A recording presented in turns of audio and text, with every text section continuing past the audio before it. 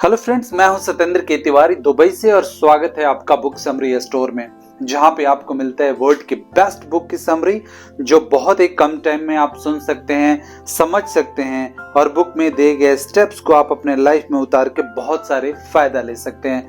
दोस्तों, आज एक ऐसा मैं बुक लेके आया हूं जो आपको बताती है कि सिर्फ 12 मंथ में, सिर्फ आप 12 मंथ में करोड़पति कैसे बन सकते हैं। जी हाँ दोस्तों, सिर्फ 1 साल में आप करोड़पति बन सकते हैं अगर इस बुक में दिए गए स्टेप्स को आप स्टेप बाय स्टेप फॉलो करें तो। दोस्तों, इस बुक में हमेशा की तरह मैं सिंपल भाषा में आपको समझाऊंगा, आपके अपने लैंग्वेज में मैं समझाऊंगा कि कौन सा स्टेप आपको फॉलो करना है अगर आप 1 साल में करोड़पति बनना चाहते हैं तो। दोस्तों, इस बुक का नाम है 12 मंथ टू 1 मिलियन डॉलर। इस बुक के जो लेखक हैं वो अमेरिकन हैं और उन्होंने जो नंबर दिया है वो डॉलर में दिया है। 1 मिलियन डॉलर का मतलब है 1 करोड़ रुपया। आप समझ लीजिए इंडिया का। तो 1 करोड़ रुपये आप कैसे कमाए 1 साल में, इस बुक में दिया गया है। दोस्तों, आप बुक वीडियो को लास्ट तक देखिएगा। अगर आप जल्दी में हैं तो फॉरवर्ड करके देख लीजिए, लेकिन जरूर देखिएगा, क्योंकि अगर एक भी स्टेप आप अगर छूट गए, एक भी स्टेप आपसे छूट गया तो आप करोड़पति नहीं बन सकते हैं 12 मंथ में। इसमें सिर्फ 3 स्टेप दिए गए हैं दोस्तों, जो आपको फॉलो करना है अगर आप करोड़पति बनना चाहते हैं तो। Stage number 1, hustle stage. दोस्तों, 1 से लेके और 4 महीने तक हसल स्टेज होता है। उसमें आपको प्रॉब्लम्स आती हैं। कुछ भी बिजनेस आप करते हैं या कुछ भी ऐसी चीज करते हैं तो उसमें प्रॉब्लम आती है और वो 4 महीने आपको निकालना है। उसमें करना क्या है दोस्तों? 4 महीने में सिर्फ आपको ये डिसाइड करना है, ये मार्केट का रिसर्च करना है कि आखिर मार्केट में प्रॉब्लम क्या है, कौन सा मैं ऐसा प्रोडक्ट या ऐसे सर्विसेज लेके आऊं जिससे मैं मेजॉरिटी जो कस्टमर हैं, जो मेजॉरिटी पॉपुलेशन है, उनको मैं कैटर कर सकूं। एग्जाम्पल के लिए ओला एक ऐसा सर्विस लेके आया जो लोगों को डिमांड थी, जो लोगों की रिक्वायरमेंट थी और वो लोगों ने हाथों हाथ उसको लिया। जोमेटो एक ऐसा सर्विस लेके आया, एक ऐसी चीज लेके आया जो लोगों की जरूरत थी और लोगों ने हाथों हाथ लिया। अमेजोन ने ऐसी चीजें लेके आ गया जो लोगों को टाइम बचाता है, पैसे बचाता है, एनर्जी बचाता है, लोगों ने हाथों हाथ लिया। तो दोस्तों, लेखक बोलते हैं कि पहले मंथ से लेके और चौथे मंथ तक सिर्फ आपको ये फोकस करना है कि मैं कौन सा प्रोडक्ट लेके आऊं जो मार्केट में डिमांड में है, जिसकी प्रॉब्लम लोगों को सॉल्व करना है। जैसे बहुत सारे युवा हैं जो इंडिया में स्पेशली बहुत सारे यूथ हैं जिनको जॉब की जरूरत है। ऐसा चीज कुछ आप लेके, अगर आइडिया आपके दिमाग में है जो लेके आ सकते हैं, जो इतनी बड़ी पॉपुलेशन की जो जॉब की प्रॉब्लम है उसको अगर आप सॉल्व कर सकते हैं तो दोस्तों, लोग हाथों हाथ लेंगे आपके बिजनेस का और आप जल्दी से जल्दी अमीर बन जाएंगे। सो फर्स्ट 4 मंथ आपको ये निकालना है कि कौन सा सर्विस या कौन सा प्रोडक्ट लेके आना है जिससे मैं उसको हैंडल कर सकूं, वो प्रोडक्ट लेके मैं मार्केट में आऊं और फिर लोग उसको आगे बढ़ाएं और उसको मेरे सर्विसेज और मेरे प्रोडक्ट से बेनिफिट ले सकें। Stage number 2, growth stage. दोस्तों, दूसरा नंबर स्टेज में लेखक बताते हैं कि कोई भी प्रोडक्ट आप लेके आ गए, सपोज आप कुछ ऐसी सप्लीमेंट लेके आ गए, कुछ ऐसे मेडिसिन लेके आ गए या कुछ ऐसे सर्विसेज लेके आ गए, जैसे ओला और उबर लेके आए, या कुछ भी प्रोडक्ट या सर्विसेज लेके आ गए जिससे लोगों की प्रॉब्लम सॉल्व होता है, तो उसको आपको ऑटोमेटेड मोड पे लेके आना है। जैसे ओला ने क्या किया, सब कुछ स्लोली ऑटोमेटेड कर दिया। आपको गाड़ी चाहिए, आपको अपने घर से एयरपोर्ट तक जाना है, आपको गाड़ी चाहिए। आप क्या करते हैं?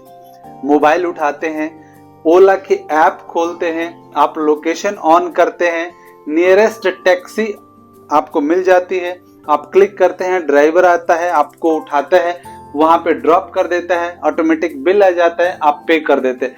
दोस्तों, इसके सारे सिस्टम जो है ना, वो ग्रोथ स्टेज में जो इसके फाउंडर हैं और जो इसके फाउंडर मेंबर्स हैं, उन लोगों ने ऐसा सिस्टम बनाया, ऐसे ऑटोमेटेड सिस्टम बनाया जिसमें किसी को ये वॉच करने की जरूरत नहीं है कि आप कितना किलोमीटर चल रहे हैं। और फिर वो कैलकुलेट करने की भी जरूरत नहीं है कि कितना किलोमीटर आपने चले हैं और कितना किलोमीटर आपने टैक्सी यूज किया है और कितना आपको बिल चार्ज किया जाए, कितना आपको टैक्स चार्ज किया जाए। वो सिस्टम ऐसे बना दिए हैं कि ऑटोमेटिकली आपका बिल आ जाता है और आप ड्राइवर आपको बिल प्रिंट करके देता है, आप पे करते हैं और सीधे जो फाउंडर हैं, जो कंपनी है, उसके पास ये पैसे चले जाते हैं और उनमें उनका प्रॉफिट आ जाता है। तो जो उसके बाद जो 5th to 9 मंथ है वो दोस्तों आपको ग्रोथ पे फोकस करना है। आपका प्रोडक्ट या सर्विसेज जो भी आप लेके आए हैं उस पे आपको फोकस करना है कि आप ऐसा क्या चीज करें, ऐसा कौन सा चीज करें जिससे सारी चीजें ऑटोमेटेड हो जाए और आपको ये बार बार हर जगह हाथ नहीं लगाना पड़े, हर जगह ह्यूमन लोगों को कंट्रोल ना करना पड़े।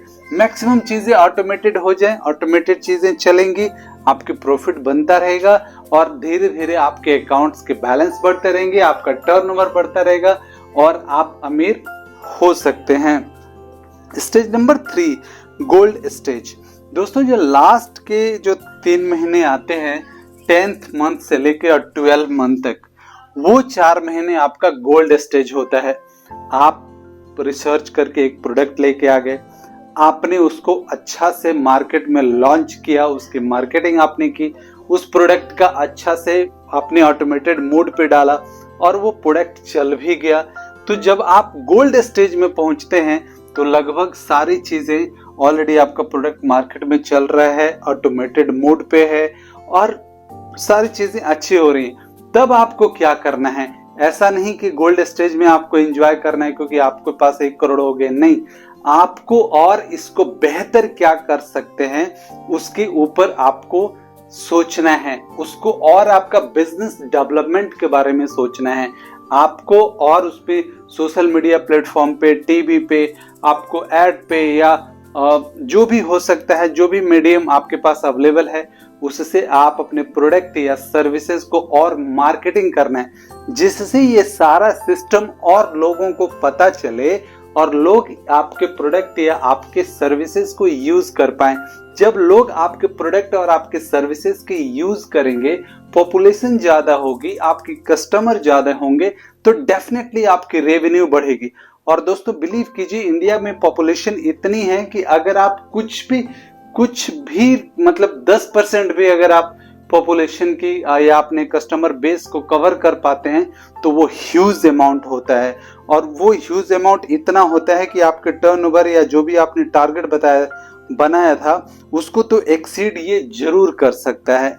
तो इस बात का ध्यान रखें कि गोल्ड स्टेज में आपको हमेशा डेवलपमेंट के बारे में सोचना है, आपके बिजनेस कैसे डेवलप हो, कैसे उसकी और मार्केटिंग हो, कैसे और कस्टमर आए।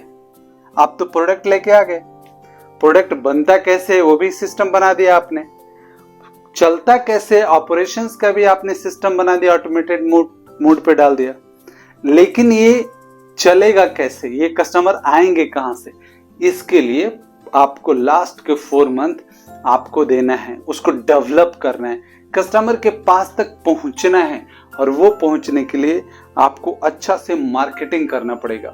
जब आप अच्छा से मार्केटिंग करते हैं तो आप अपने कस्टमर, जो आपके पॉजिटिव कस्टमर हैं, जो आपके प्रोस्पेक्टिव कस्टमर हैं, वहां तक आप पहुंच जाते हैं और फिर आपके पास आपके रेवेन्यू आने लगते हैं और वो साल, 2 साल, 4 साल बढ़ते रहते हैं।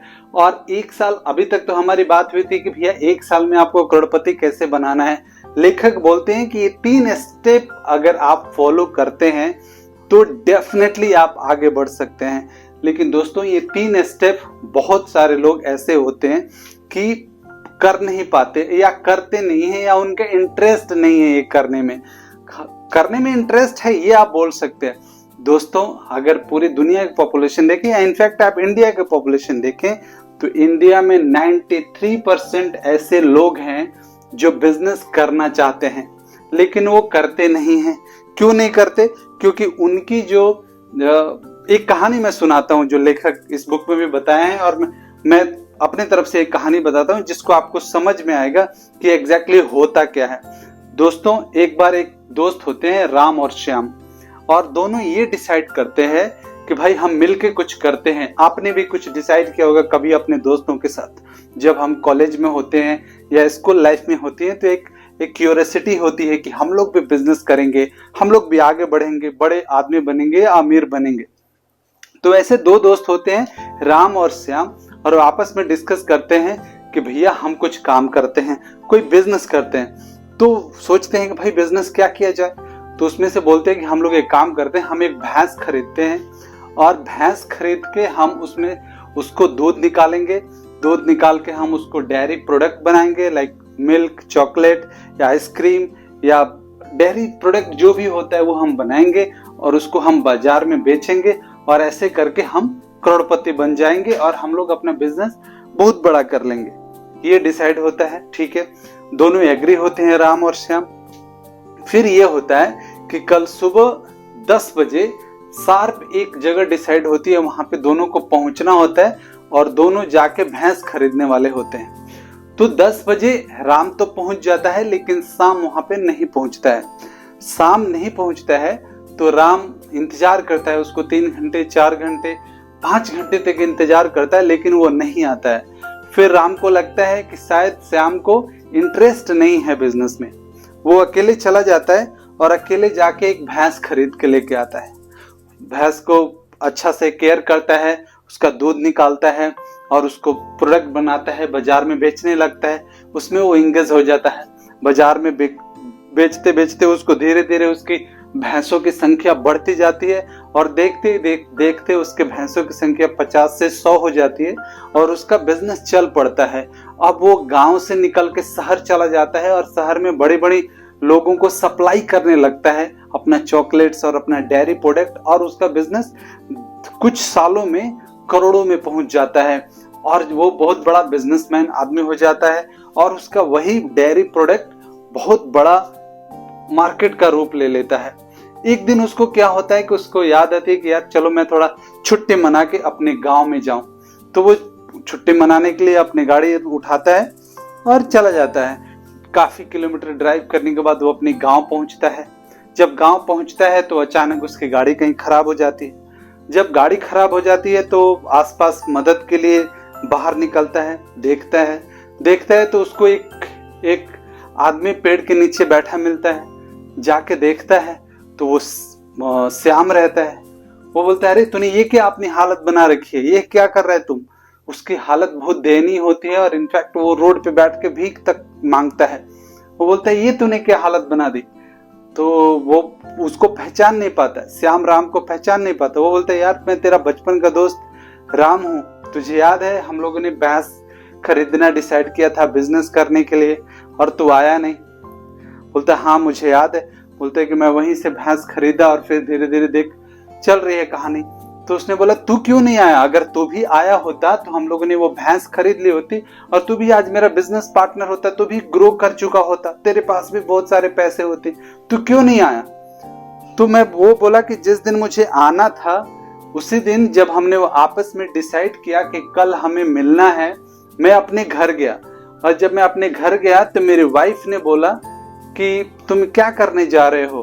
तो उसने बोला ऐसा ऐसा चीज मेरा बिजनेस प्लान है, मैं राम के साथ बिजनेस करने वाला हूँ, हम लोग भैंस खरीदने वाले हैं और भैंस खरीद के फिर उसके दूध निकाल के डेयरी प्रोडक्ट बनाएंगे और अपना बिजनेस बनाएंगे ऐसा। तो मेरी वाइफ ने बोला अरे ये तुम क्या करोगे, अगर भैंस तुमने खरीद लिया और भैंस मर गई तो क्या करोगे। तो बोला हाँ ये बात तो ठीक है। तब राम बोलते है यार तुम क्या करता है, तुम्हारी भैंस पैदा होने से पहले ही मर गई, तुमने भैंस खरीदा ही नहीं लेकिन मार तुमने पहले दिया। तो दोस्तों सारी कहानी का जड़ ये है कि हम लोग इंडिया में यही सोचते हैं। 93% लोग बिजनेस सिर्फ इसलिए नहीं कर पाते क्योंकि वो हमेशा निगेटिव सोचते हैं। वो सोचते हैं ऐसा हो गया तो कैसा होगा, ऐसे हो गया तो कैसे होगा। दोस्तों जो भैंस अभी खरीदी नहीं गई, जो अभी पैदा नहीं हुई, श्याम ने उसको मार दिया, तो भाई ग्रुप बिजनेस होगा कैसे। तो दोस्तों यहीं पे देखिए difference between Ram and Shyam. तो आप भी अगर लाइफ में कुछ करना चाहते हैं तो डिसाइड कीजिए और इमीडिएटली डिसाइड कीजिए और रिस्क लीजिए, कैलकुलेटेड रिस्क लीजिए। दोस्तों रिस्क नहीं लेना आज के जमाने में सबसे बड़ा रिस्क है। और जब आप कैलकुलेटेड रिस्क लेते हैं तो क्या करते हैं, आप एक प्रोडक्ट बनाइए या सर्विसेज बनाइए जो आपको लगता है कि ये मार्केट में डिमांड है और ये लोगों का प्रॉब्लम कुछ हद तक सॉल्व कर सकता है। उसको अच्छा से ऑटोमेटेड मोड पे डालिए, उसको प्रोडक्ट को बनाइए और फिर मार्केटिंग अच्छा से कीजिए। दोस्तों बिलीव कीजिए, ये 3 स्टेप सिर्फ करने से आप 12 मंथ में, 1 साल में आप करोड़पति बन जाएंगे, ऐसा इस बुक के लेखक बताते हैं। दोस्तों आशा करता हूं ये वीडियो आपको पसंद आएगा। अगर ये वीडियो आपको पसंद आए तो हमारे चैनल को लाइक कीजिए, सब्सक्राइब कीजिए और शेयर जरूर कीजिएगा, क्योंकि आपके एक शेयर से किसी की लाइफ बन सकती है। Thank you.